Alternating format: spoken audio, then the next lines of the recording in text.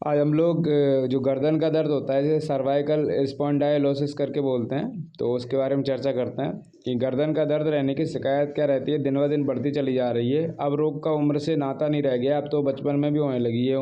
ये रोग किसी भी उम्र की व्यक्ति को अब हो जाता है।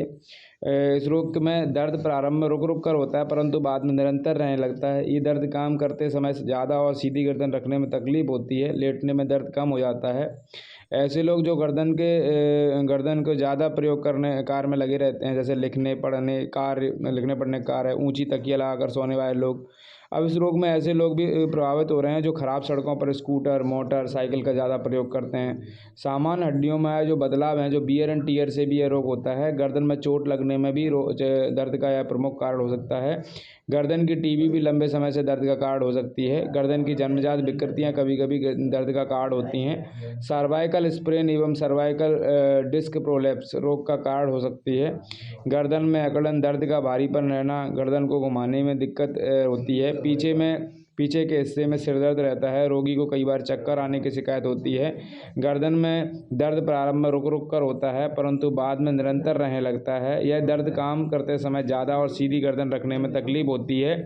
लेटने से दर्द कम हो जाता है। साथ ही दर्द निवारक दवाएं और सिकाई भी दर्द में राहत लाती है। गर्दन के इस्तेमाल न होने की दशा में गर्दन में तनाव उत्पन्न हो जाता है, पर गर्दन के इस्तेमाल होने पर खत्म हो जाता है। गर्दन की मांसपेशियों में कड़ापन रहता है। गर्दन ऊपर नीचे करने में दर्द होता है, परंतु घुमाने में तकलीफ बहुत कम होती है। गर्दन पर पीछे की तरफ मांसपेशियों पर दबाव दबाने पर दर्द होता है। हम लोग रोग की पहचान कैसे करेंगे? रोग की पहचान के लिए हम लोगों को देखना चाहिए कि मरीज की गर्दन का एक्सरे कराते हैं तो उससे भी रोग की पुष्टि होती है। दो हड्डियों के बीच का अंतराल कम हो जाता है। इसमें दो परस्पर रीढ़ की हड्डी के किनारे ज़्यादा मोटे व घने हो जाते हैं और आगे व पीछे की तरफ से हड्डी बढ़ जाती है। गर्दन की रीढ़ की हड्डी के सामान्य पीछे की ओर झुकाव का खत्म हो जाता है। गर्दन की चोट एवं हड्डी में फ्रैक्चर एक खतरनाक चोट है जिससे हाथ पैर चलने बंद हो सकते हैं। यदि गर्दन के ऊपरी भाग में चोट लगे तो सांस रुकने से रोगी की जान को भी खतरा बन सकता है।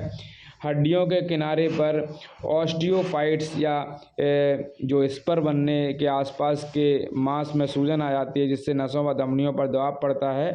ऑस्टियोफाइट्स के द्वारा स्पाइनल कॉर्ड को चोट लगना, हाथ पैरों का संज्ञाहीन होना इसके मुख्य उपद्रव हैं। इसके उपचार में मांस में आई सूजन को खत्म करना आवश्यक होता है। इसके लिए दर्द निवारक तथा सूजन कम करने वाली दवाई देनी होती हैं।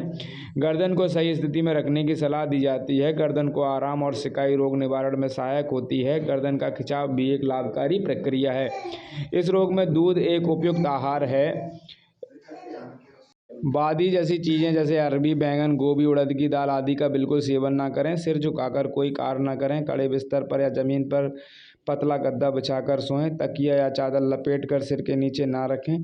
टीवी आदि देखते समय ध्यान रखें कि बहुत देर तक एक ही आसन में ना रहें। ठंडी तथा बादी चीज़ों का परहेज करें, इससे रोग बढ़ा हुआ अनुभव होता है। वैसे इसकी दवाइयाँ हैं जो आयुर्वेद में रुद्रा कंपाउंड या सुपर फ्लैक्स वगैरह, मगर एक डॉक्टर के प्रिस्क्रिप्शन के बाद ही दवाई लेनी चाहिए।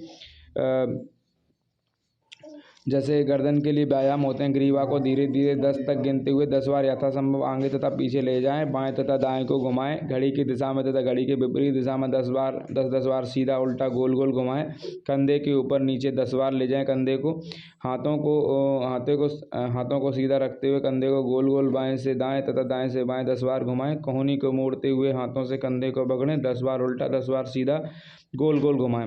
हाथों को आगे फैलाएं। 10 बार सीधा, 10 बार उल्टा घुमाएं। हाथों को कंधे की सीधे में डैने की भांति फैलाएं और दोनों हाथों को सीधे सीधे तथा उल्टे गोल गोल 10-10 बार घुमाएं। प्रत्येक क्रिया को बिना झटके के धीरे धीरे करें। याद रहे, जो जितने भी आसन मैंने बताए करते समय सारा ध्यान शरीर के तल पर होने वाली संवेदनाओं पर एकाग्र रखें। दर्द बढ़ने पर आसन न करें। इसके बाद हम लोग रूमेटाइड संधि शोथ यानी आमवात यानी रूमेटाइड आर्थराइटिस के बारे में चर्चा करेंगे। तो आज के लिए बहुत है। So that's all for today. Channel को लाइक करें, शेयर करें, सब्सक्राइब करें ताकि ऐसी जानकारी और मैं लेके आ सकूं।